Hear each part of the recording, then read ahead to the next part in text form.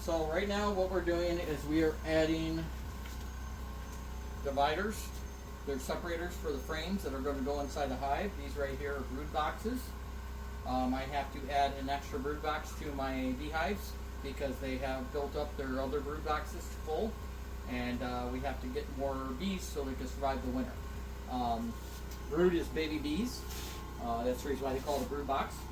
This year we'll not be collecting honey though, we're just adding brood boxes. These right here are honey supers. So next year I will be adding honey supers, and the bees will build out this called a frame, and they will fill it with honey.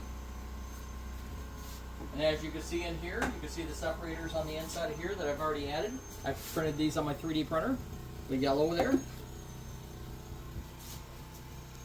And they separate the frames for me, so I don't have to separate them when I'm working with the bees. It makes it a little easier to handle.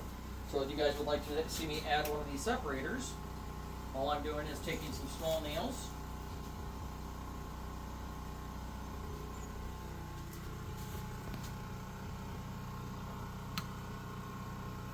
and hammer these into place.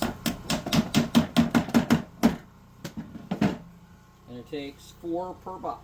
And I printed these on my 3D printer in my house. What is the sole purpose you do this for?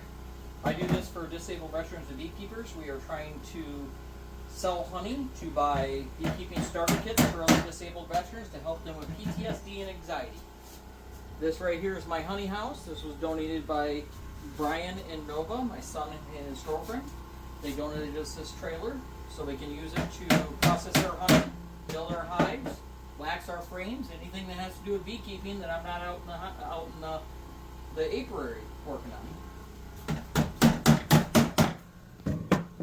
Now up there is my apiary with all my bees.